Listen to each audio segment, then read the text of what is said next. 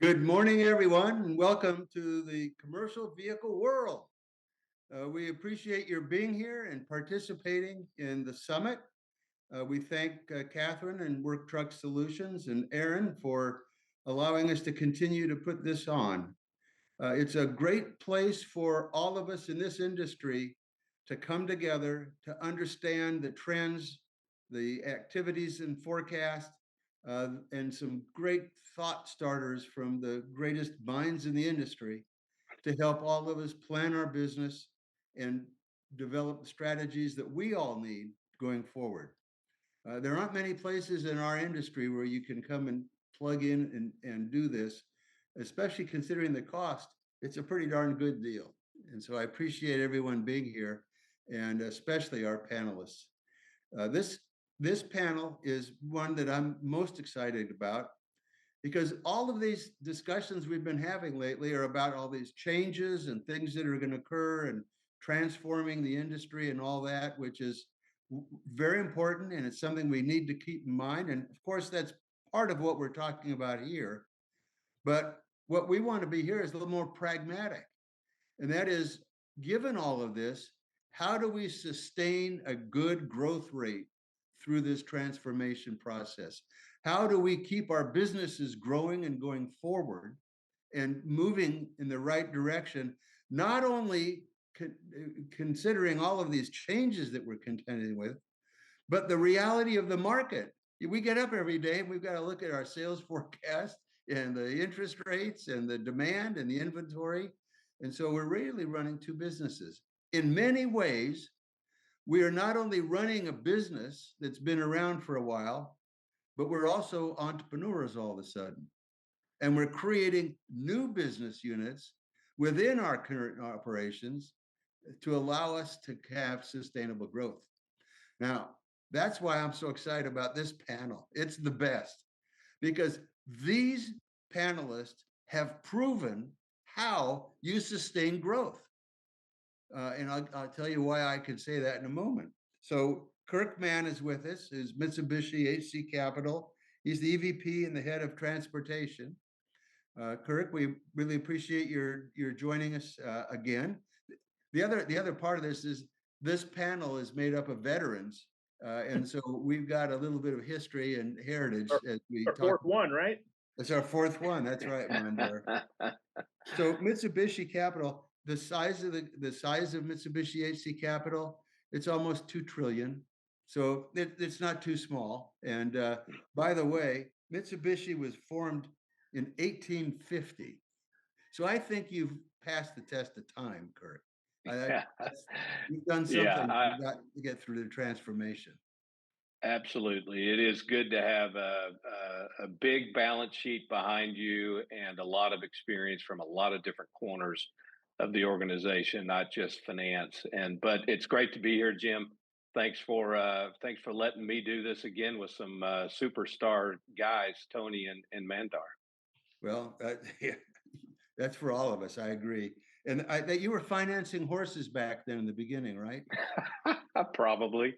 Yeah, that sounds about right. What's the residual on an 8-year-old mare? Not good. Not good at all. So Mandar Dighe is our another panelist.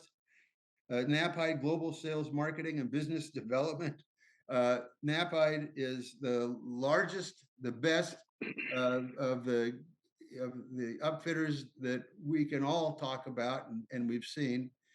Mandar's business, they're going to do over 80 million this year. And by the way, they've been in business since 1848. I love doing this because these are businesses that are actually older than I am, and that's really fun to see. But Mandar, you all have passed the test of time and obviously made a number of transitions in your time as well.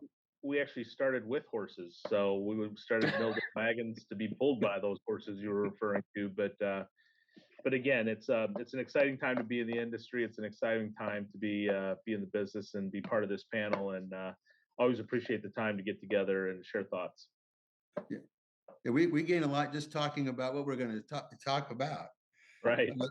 Tony Stinsa is the vice president used trucks at Navistar. Navistar, they'll do, I think, what about over 80,000 units this year, and not only again a test of time. If you go back to the beginning of the old days of the harvesting machine, Navistar's roots started in 1830. So Tony, you don't look it, but you get to be you're the oldest of all of us, and we appreciate your growing.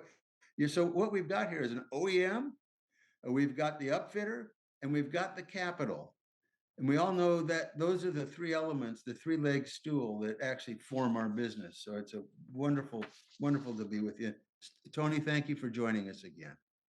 Thanks a lot. Thanks for having me. I'm excited to be here. I want to hear what you're going to do. Again, I'm sure you had you'll help with the sustainable development of used EVs in your segment as the new technology takes over and makes progress. So we're all entrepreneurs in this new business of mobility services, transportation products, services, and the fact of the matter is, what we're doing is interesting in my mind, in this regard. We're responding to the development of new technology to meet the needs of society, not necessarily right now driven by customer demand. And that as this transition occurs, there's this gap of when technology is coming forward and what the demand is. And there's a need to match the technology of today to the demand that exists in different pockets of the business, because our vehicles are not all conducive geographically or use-wise to the transition to electrification. And as technology grows and more of the technology appeals to different parts of our business, that will change. But right now, you all are in the business of trying to bring together the investments that are being made by the OEMs and the demand of the natural desire for EVs and the restrictions we all know about with the technology, the cost, the range, the infrastructure, and all of those things.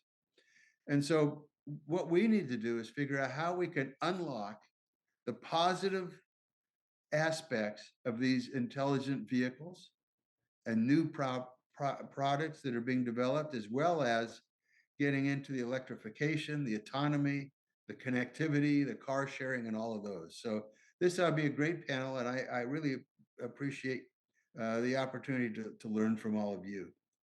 So from a standpoint, maybe we'll start, Mandar. You guys, you can just talk amongst yourselves. How do we unlock? How do we find new business opportunities to create sustainable growth, as opposed to just continuing with the model that we have in our current and existing business?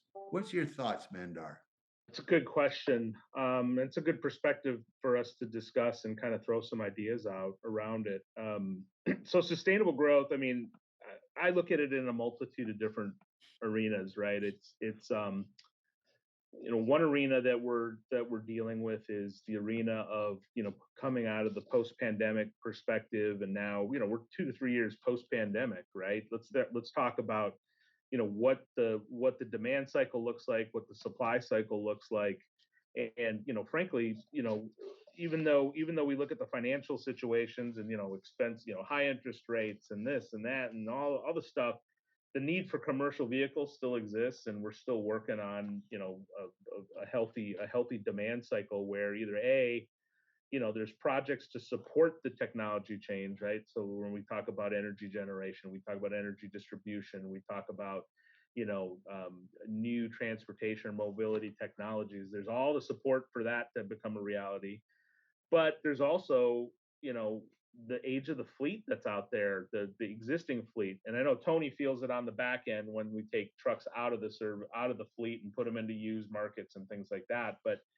if you're running a fleet of vehicles right now and your average age of vehicle is 13 to 15 years old, there's some motivation to try to get into some new vehicles and get some new stuff on the road.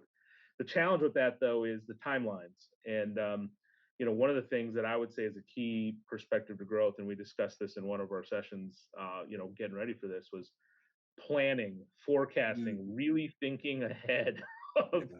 of what you need, right? Because when it comes to the commercial vehicle segment, it's not just about buying a chassis. 90%, 99% of the time, that chassis has to get a body on it. That body has to get put on the chassis. Then there's other equipment. Then there's da da da da da da da. It's just all these different steps. And the challenge right now is just getting ahead of thinking about, how that fits and what your cycles are going to look like.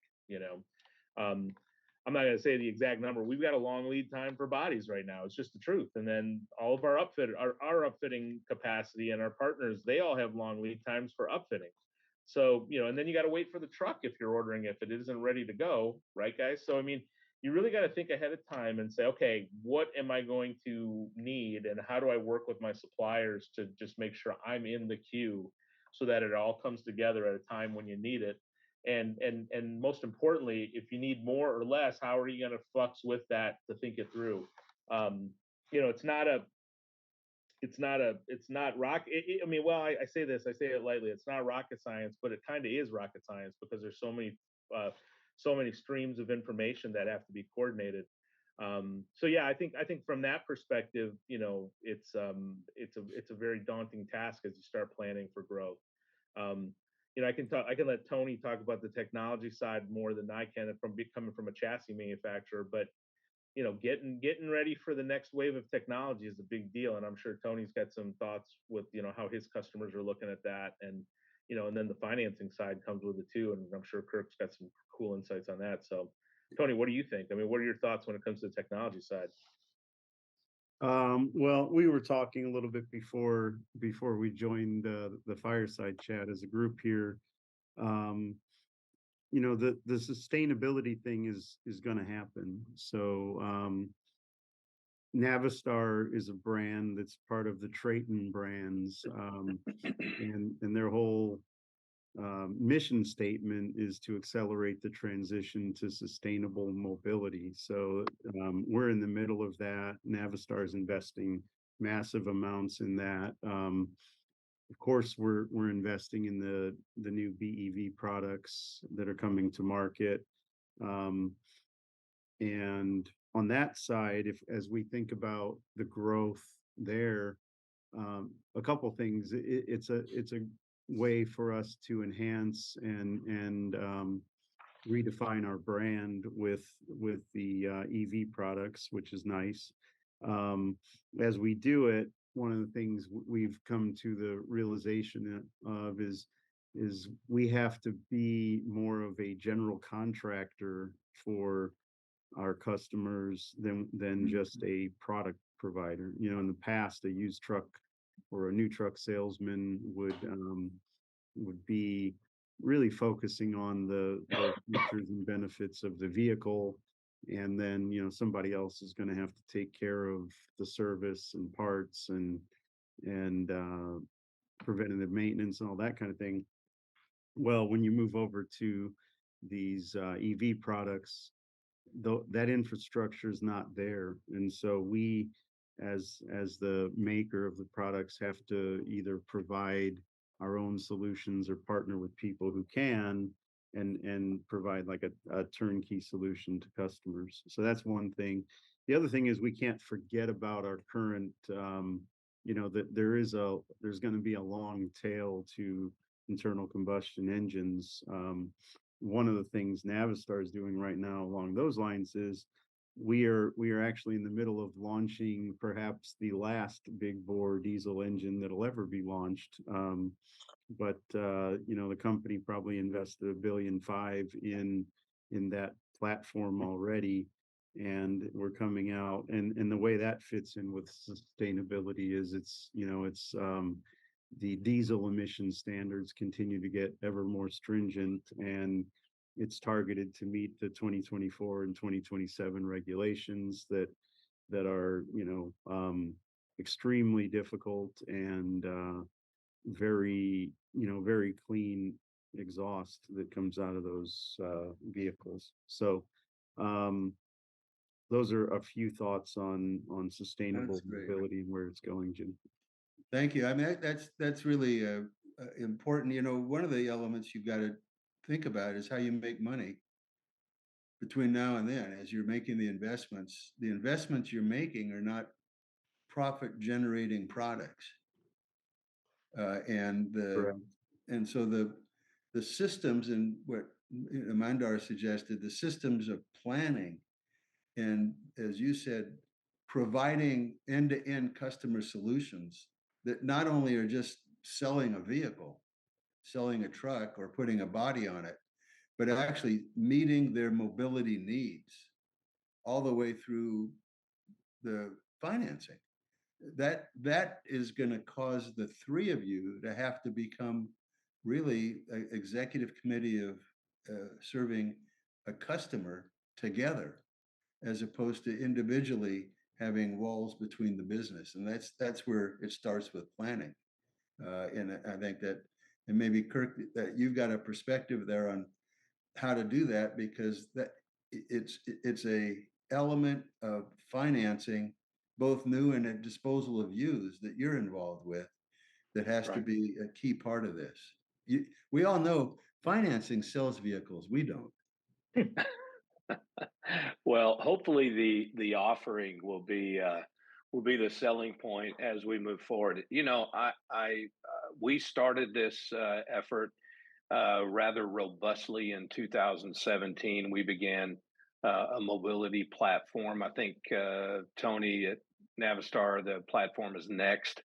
And it's interesting. The tagline at Hitachi is, you know, next. And I wanted to use that, but then Mitsubishi came in and bought us, and that's been great. But yeah, we started this journey in 2017, basically trying to understand as much as we could about all of the coming technologies. And Mandar, I'll get to that technology question in a minute. But first, you know, we might want to level set back to what Jim was talking about earlier, which is we're running an existing business and we're envisioning and preparing for the future at the same time. We do this in little mini projects all the time. We look at current state and then we look at future state. And there's a whole bunch of stuff that goes on in the middle between getting from the current state to the future state. So we're doing that today over and over and over again. And it takes time. But we have built some products that are perfectly suited for the technologies that are coming. I wouldn't say that we have every single offering that we want to have in place yet, because the technologies, they're not there quite yet. You know, we'll have battery offerings. We'll have offerings that are oriented around software. We have those today. We fund software offerings all day long. And so that's not going to be a big problem for us from a lending perspective. What we have to be cognizant of and careful with is that we actually understand the technology and we understand the second use and our ability to exit that technology at some point in some way. So there's a lot going on. It's an exciting time, and it may sound a little counterintuitive to you know, to have a conversation about a pathway to sustainable growth when things are a little difficult in the economy right now. We're certainly feeling that stress as a finance company, as a lender. Many lenders are, and you know, on the supply chain side and the ability to get product out the door, you know, Mandar is feeling that, and then Tony is feeling an increase in, you know, used equipment, just like we are. So there's a lot of dynamics going on, but now is definitely the time to be having this conversation and equipping ourselves with the tools that will get us from a current state to a future state. And we can probably talk about some more of those things here in a little bit. I wonder, Kirk, do you also have any startup? Do you does your group finance entrepreneurs that are beginning new businesses that are sort of in the space of all of this mobility? Yeah, we engage with startups and we work with them and we help them in their thought processes. And yes, we do fund into some of those environments. We don't fund into every single one that we engage with over time. That just hasn't been the case because right now, if you look at a lot of the truck startups, there's a struggle there right now. It's a big struggle. You need a lot of capital to be an OEM, but we certainly engage with anyone and everyone that has a good, as we see it, technology offering for the market. And yes, we have funded into some of those environments, and others we've continued to work with them and help them think about the way they're doing their business. And it's been a very educational process for us, and I think for them as well. And Tony, for you in these new businesses for entrepreneurs, are you all working on any projects like car sharing, some alternatives for asset utilization and or connectivity? We've looked at various different models. There's in the industry, there's been this belief that at some point there's going to be this power by the hour kind of model where people can essentially rent or lease trucks on in the same way almost that an airplane engine manufacturer does, where they lease it based on usage. um it's not quite there yet. I will say, like when we start thinking about EVs and how those solutions are going to get financed and contracts get written, things are going to change. So typically, a typical finance contract on a ICE vehicle is based on time and mileage. There's mileage limits and a fixed term. When you get to electric vehicles, the first ones that are going to be sold, it's not clear that they're going to be able to have a new battery put in them. That's probably one of the biggest things Kirk is struggling with right now, is that the vehicles that are being built in low volume today on today's technology, when they come back in 7 or 8 years, it's not clear that number one, the batteries that are going to be available in the future will be backwards compatible, and if they're not, the people who built the batteries today, is it going to be feasible and economic for them to have a big battery plant that's making very low volume old technology? And so it's a long way around of saying that we're probably going to have to be having financing solutions that look at the state of health of the battery as opposed to miles or other things like that. And so that means a whole different model on how we collect from the customer, based on the lifetime usage of the product and so forth. So and then with BEVs, there's another real big difference, which is the way you use the product and how often and how quick you recharge the battery really affects the longevity of it too. So there's a lot of new concerns that are coming forth in these business models as we try to sell those new products as well.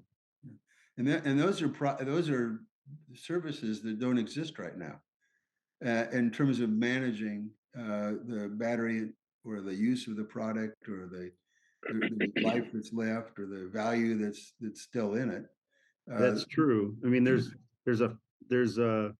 an opportunity there, a growth opportunity to become more of a consultative, an advisor to customers on the usage of the product and so forth, and give them more real-time feedback on how they're using the product and how that's affecting the long-term value of it and how long they're going to be able to use it.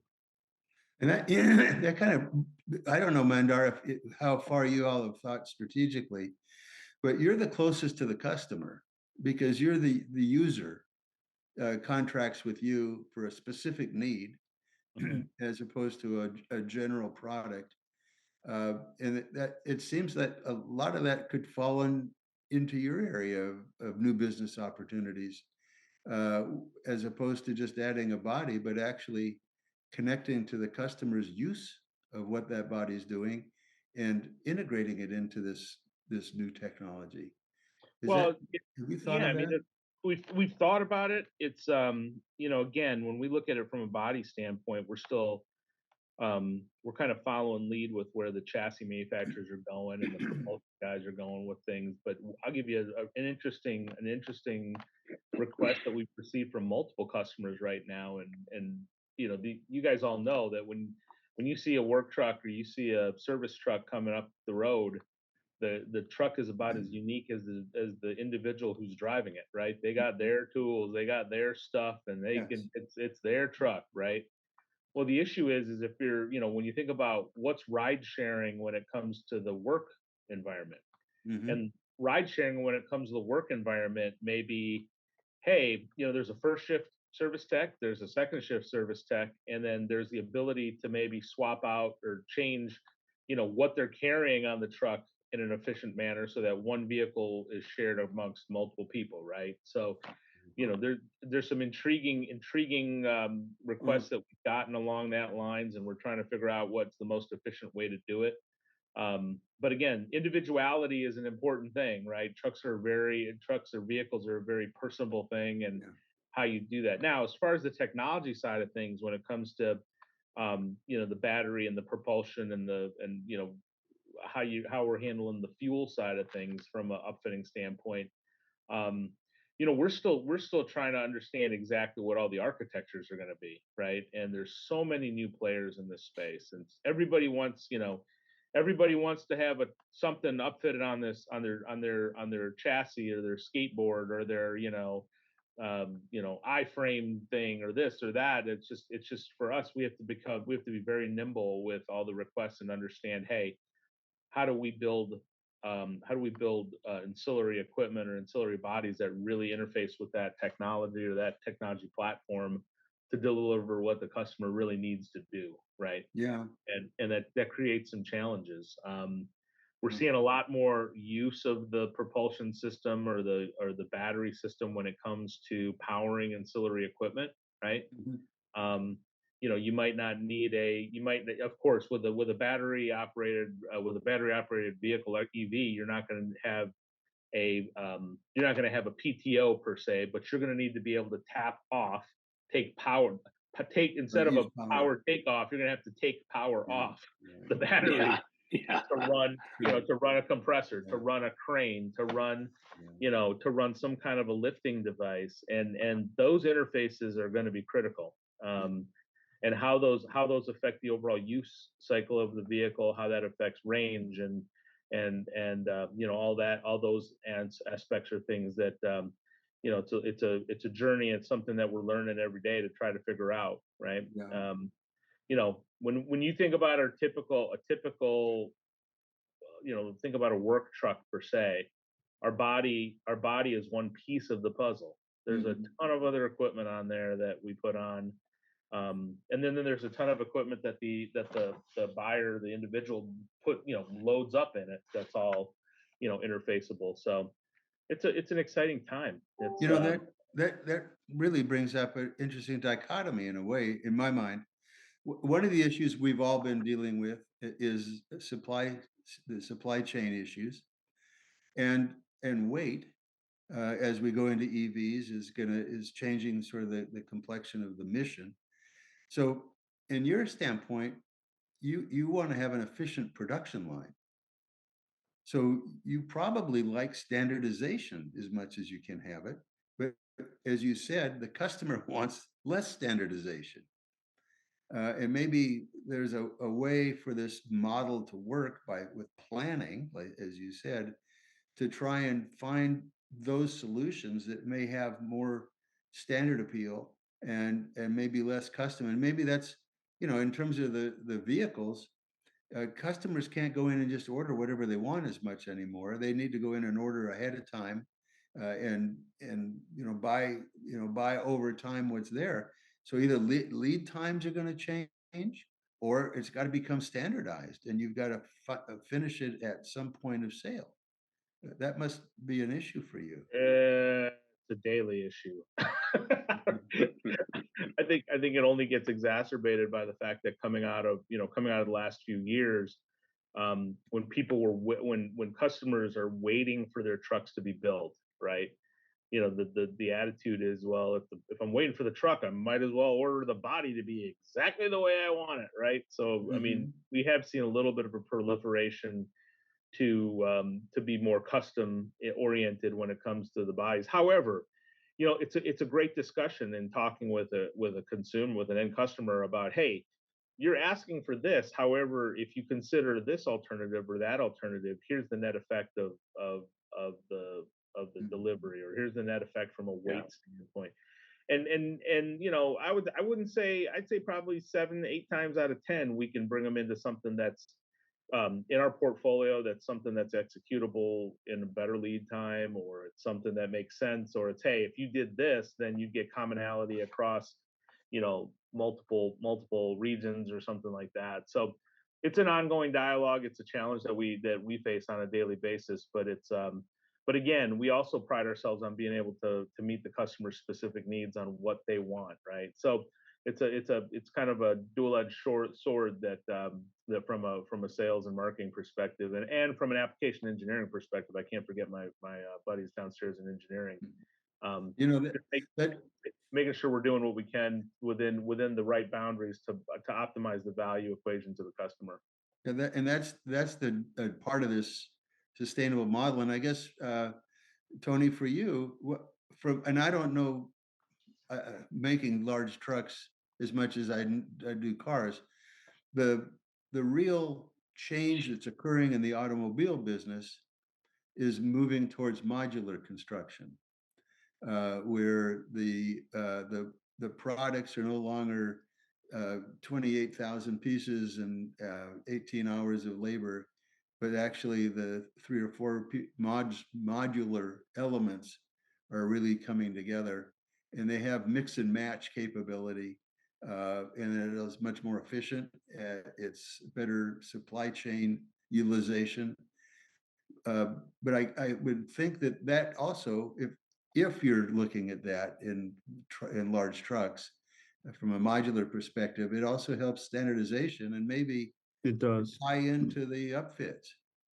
It does. And, I think that'll, going forward, help all around on the operational side of the business, having, for example, there's the customer mission might, it varies. Some customers need a 50-mile range, other ones need a 300-mile range, and you can accomplish that in EV through having battery packs that have a different number of cells and things like that, and you make those modular, and everybody's doing that, and I think that's a pretty standardized approach that everybody sees, and the battery manufacturers are doing. The interesting question that it brings up is, if everybody is going to a more standardized chassis, a more standardized solution, how do the OEMs differentiate themselves? And then the obvious thing that it moves to is, you have to differentiate yourself in terms of how you provide solutions to your customers, not just the simple product that's becoming more standardized. That's the gold in this mine right there, because That's right. The design, and that really takes us back to Kirk, because he's actually the one that owns all these. He's the owner, not the operator. But the fact of the matter is, the differentiator will be your ability to provide transportation products and services that are responsive to the needs and the habits of the customers and the preferences That's right. of the customers. That's right. Yeah, and that's a fantastic point. And we talk about that current state and future state. One of the things in between those two things is a very robust and deep and insightful conversation with your customers.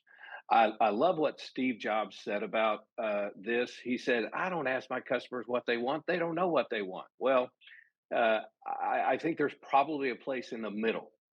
We all have an iPhone, or many of us do. And certainly, customers were not asking for a computer that they could hold in their hand and do videos and watch, all kinds of stuff on. But that's what he delivered. So if you understand your customer deeply and a deep conversation with your customers, frankly, it shouldn't be done by you. It ought to be done by someone who actually knows how to have a very long and deeply insightful conversation with your customer. So that means you're probably looking outside of your organization for someone who knows how to get to the absolute nitty gritty of all of that customer's needs. And then we figure out how we can deliver against those needs. It's a long process. Our initial uh, uh, customer interaction in 2018 took about a year and a half. Mm. And it changed our program dramatically and was very, very helpful. I did it at GE, and it took about 2.5 years. I could spend a lot more money at GE, but it took about 2.5 years, and we ended up with something that was fantastic. It met the needs of our customers, and we were able to match our product and offerings with those needs.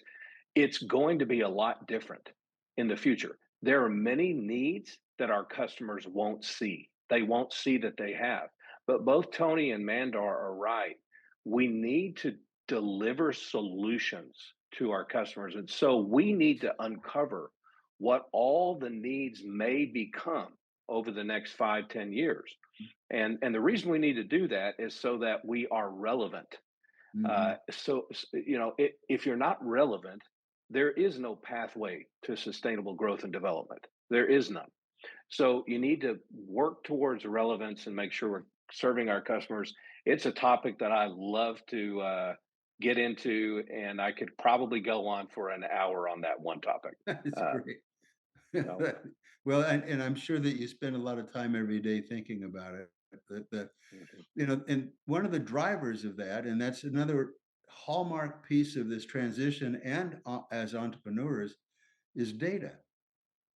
In forecasting the needs of the customers, even before you talked about the airplane engine power by mile, uh, where you have telematics that allow you to monitor.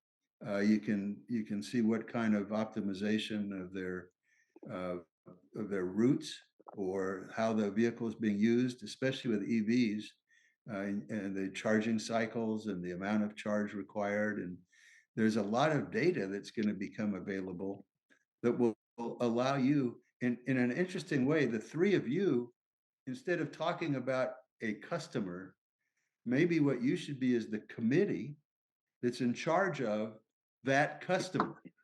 And you come together for whoever the customer is, and you've got not individually, but you've got elements of your business that work together like you do now as a product integration.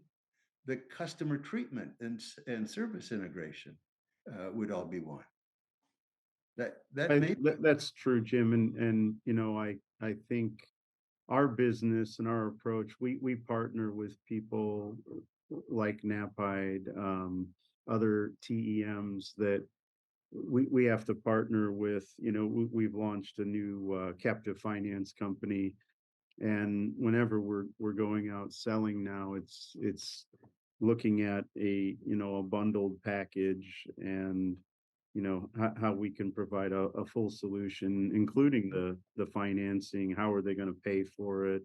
Is it going to be insured? All that kind of stuff.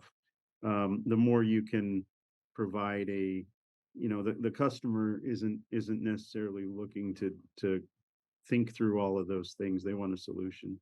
So but that's sustainable growth. right. Yeah, there's definitely an opportunity there when it comes to the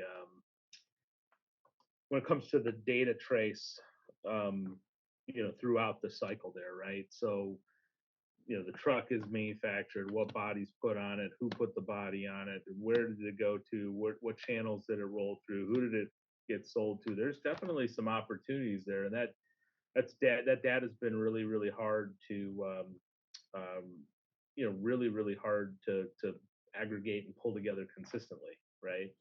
Um, I don't know if the technology change makes it easier to aggregate that data. It would be interesting to kind of study that and understand it. But obviously, if you can get it down to that path and get that fidelity of data all the way through that channel, all the way through the channel, then obviously there's a lot of things that we could possibly either collaborate on, or even better yet, collaborate on, and then or generate better value propositions for the customers because you understand their use situation, or where they're buying it, how they're using it, all that kind of stuff. There's definitely some definite definite potential. I mean, this is the ultimate data collecting Yeah, device that's right. known to man, right? I mean, it's Yeah. like I know.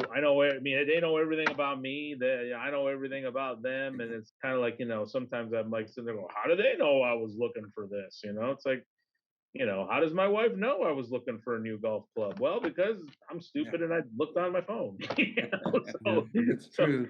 Yeah. it just I mean, all Well, comes together that way. this it data thing that you're talking about is interesting, and I'll kind of move it over to Kirk, but the we have a customer who uses data from us on so there's a customer who leases trucks to owner operators, and they finance, essentially they're providing a financing solution for those customers, and what they get from us in terms of data on the usage of the truck they use, if they can figure out that an owner operator hasn't moved the truck in 7 to 10 days, then they know they're not probably going to get paid. And so Mhm. there's all kinds of uses for data now that we have it, that branch out into other areas. Our on command connection system was originally really made for monitoring the well-being of the vehicle, how it's used, and engine faults and all that kind of stuff. And now it's being used for other things, like even providing better financing solutions. So a finance company can look at that and say, okay, I need to go make a call to that customer and find out what's going on. Is that truck in the shop, or what's going on? yeah. And then they can have a more rich discussion with that customer about it. So that's just another example of how That data is can be used. insurance too. How about Kirk? Are you using telematics? Are you getting any information from the connectivity? Yeah, our customers certainly use telematics. We, as a finance company, don't. There are finance companies that do. If a lender is lending into that, I'll call it a little more risky space, they will put telematics on trucks so that they know where the unit is and kind of what's going on with it. But so we started out talking about the qualitative aspect of understanding where things are headed, right? So the Mhm. qualitative aspect is talking to our customers, having those conversations, developing their needs, developing an assessment about their needs. And then there's the quantitative aspect that you're talking about now, which is the data. And the foundation of being able to put that data to work is connectivity. It's just like what Mandar was saying. I mean, that Apple device is one of the best connected devices on the planet. Yeah. We have to begin, we have to find a path to connecting all of the systems that Yeah. a customer uses in their business so that we can drive great solutions to them. It's going to cost money. And so that's where we come in. We can lend into that environment. And in some cases we can partner with people as well. But that is so critical, is connectivity. And then we have to get to a place where we're like, well, who's going to own the IP on that? Well, Mhm. Yeah. if the answer to that question is the customer, that's a good answer. Yeah. If it has to be anybody else, I don't understand it. Yeah. If the customer is willing to pay for the collaborative effort to build something that works in their business, then we ought to be willing and able to give them that IP. Otherwise, the train stops. There's no getting from current state to future state. Connectivity doesn't matter. So it kind of comes out of a desire to actually help people. Yeah. And it's a big challenge. It's a It big, is. big challenge right now. You know, and it also gives it's a chance to give you a word from our sponsor. Nothing- that this is a big part of what Work Truck Solutions has been trying to work with in terms of Yeah. bringing together the data from the dealer, the customer, the OEMs, the upfitters, and of course the lenders. I mean, I've Systems. never thought of it. I've never thought of this. This is kind of interesting. We're talking about it, and I'm like, okay, if we've got all these electric vehicles out there and they all have to plug into the grid, right? To they have to plug into the grid to charge, right? It's like the vehicles are all connected by the grid. Is the grid the information source? I That's don't right. know.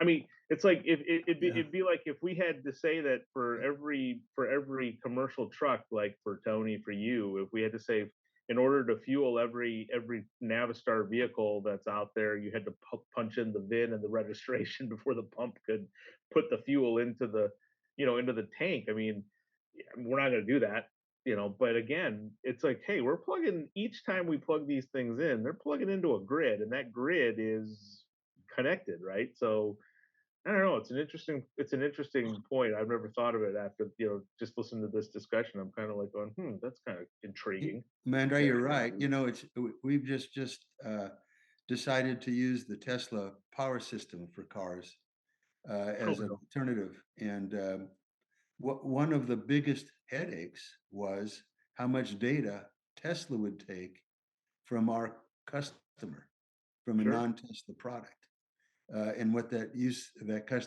data would be. And so, like what Kirk said, the customer owns the data, and they should be able to decide who gets it and when. But it's available, and it's going to be the basis for a significant amount of the decisions that we can make real time or projections on how to better serve the customer's needs. We got a couple of questions. I'm going to interrupt there just a second.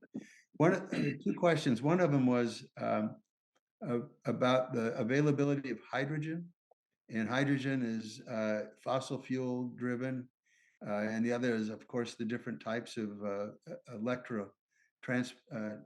transportation information in terms of the use of propulsion.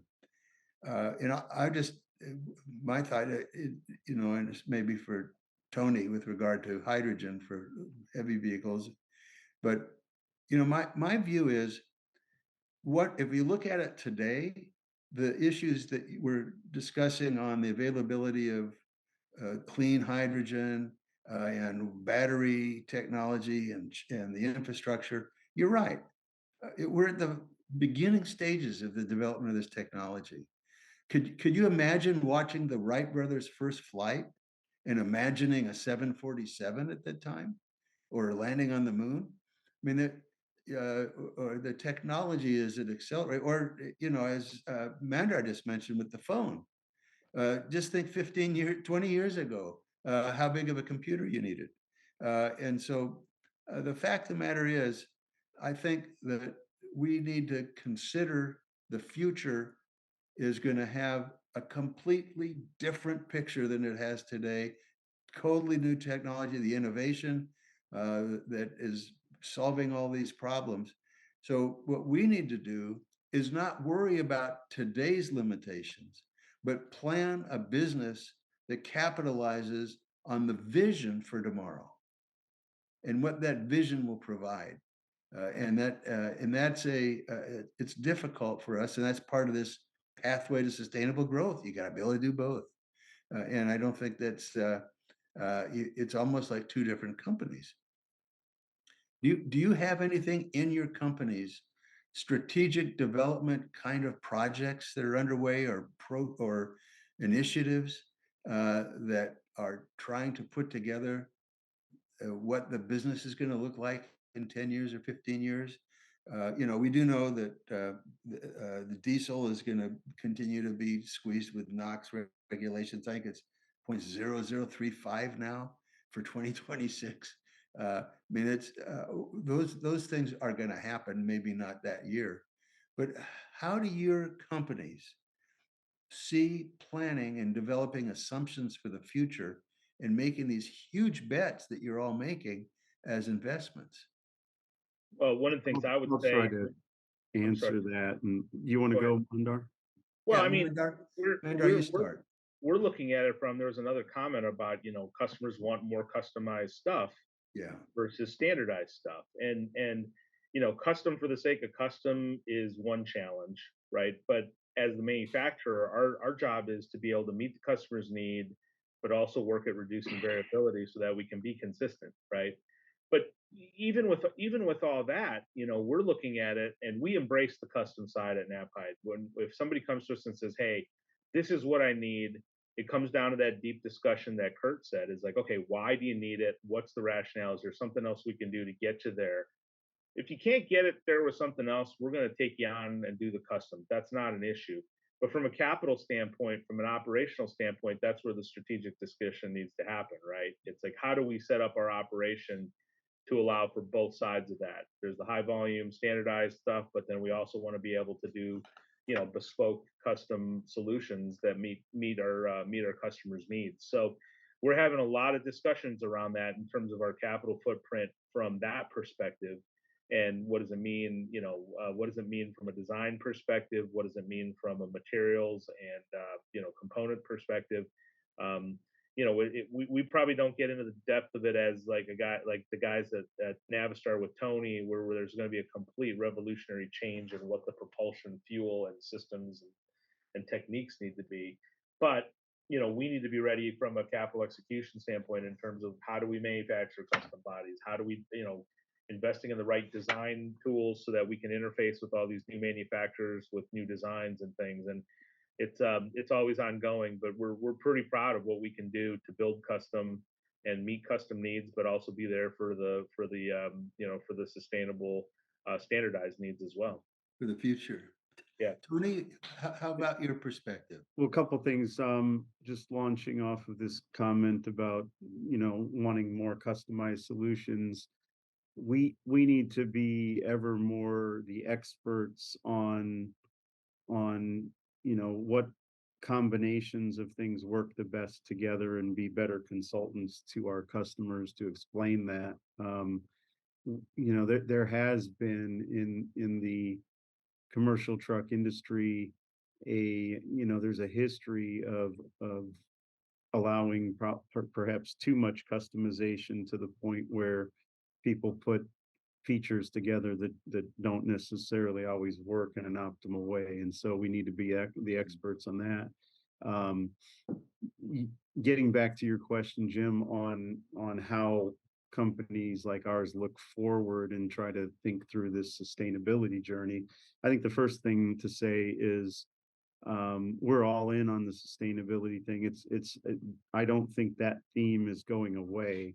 We have models that talk about what we think the adoption is going to look like, what the adoption curve is going to look like by sector. There's a lot of public models out there that you can go on the internet and look at and see, and it's pretty debatable, and it all centers around the TCO, or the total cost of ownership of these products, and at what point do these new sustainable or BEV or hydrogen or whatever it is, at what point do those products become at more of TCO parity with the ICE vehicles? Mhm. And at that point, that's when the adoption really takes off. And of course, there's always the limitations on infrastructure and the ability of the industry to make as many vehicles as will be demanded at that time. So those are the kind of things that are in our model. And there's a lot of debate that goes on all the time about what that curve looks like for each sector. That's Kirk. How about your perspective? Well, Jim, you know this just as good as anyone. Japanese companies are pretty good at planning for the future and in a very detailed way. We have 50-year plans, 30-year plans, all the way down to 3 and 6 year plans. And so recently, though, you have to have something that informs those plans, right? Mm. You have to establish a belief about what you think things are going to look like 3, 5, 10, 15 years from now, and then plan accordingly. One of the things that we've done recently is participated in I'll call it a steering committee with ACT Research on Charging Forward. It's a document called Charging Forward. You can buy it if you're interested. I don't get any money from that. I'm just telling you about it because it's a great product. And we've been looking at just exactly what Tony was talking about: total cost of ownership. When are these units going to be pegged to hit the market? At what level will they be in the market, 5, 10, 15 years from now? And we need to be ready for that and ready to fund into that environment. And we will be, because we're doing that work. And it is a lot of work, but it's a good thing to do. Yeah, I mean, we've got to make assumptions about the future and then make some bets. And that's how that's your pathway to sustainable growth. If all you do is meet today's needs, you're going to be out of business pretty quickly. That's right. a good point. This been we always have a great conversation, and whenever we have comments, and I love the idea of being able to get feedback from the viewers and the participants, because there's a wide range of feelings with regard to the adoption of EVs, how long it's going to take. I know in Catherine's opening, it was that it's going to take longer than people think. Obviously, nobody knows. I mean, we're building EVs, we've never sold them, and so there's a period of time when the plans and the reality of the market begin to mesh. But the one thing from my standpoint that you're all talking about in terms of the future is that the mandate to reduce our dependency on a carbon society and pollution, if you look back at the earliest days of written information in Los Angeles, they've always had smog and they've always had regulations on running campfires. And the reason that you have internal combustion engines today is the pollution from horses that was existing at the turn of the century. And so one thing we can all understand: change is not going to stop. In fact, the pace of change is accelerating faster than anybody ever thought. And this is a kind of panel. This has been phenomenal. Gosh, I appreciate your time and the information. I didn't get through half of our questions. Maybe next time, Catherine, we can put more quarters in the payphone and buy more time, because this has been a great conversation and we really appreciate it. The one thing that's also always constant, Jim, is your reference to a horse as part of our panel discussion. Yeah, and Jim, I'd really like to spend some more time with you, and you can tell us all about what it was like back then with the horse. Oh boy. That's okay. Oh my goodness. I love it. Oh my goodness. That's wisdom. Well, enjoyed it, guys. All right, guys, I gotta run. Thank you so very much, everybody. We appreciate it. Thank you. Bye-bye. Have a great day.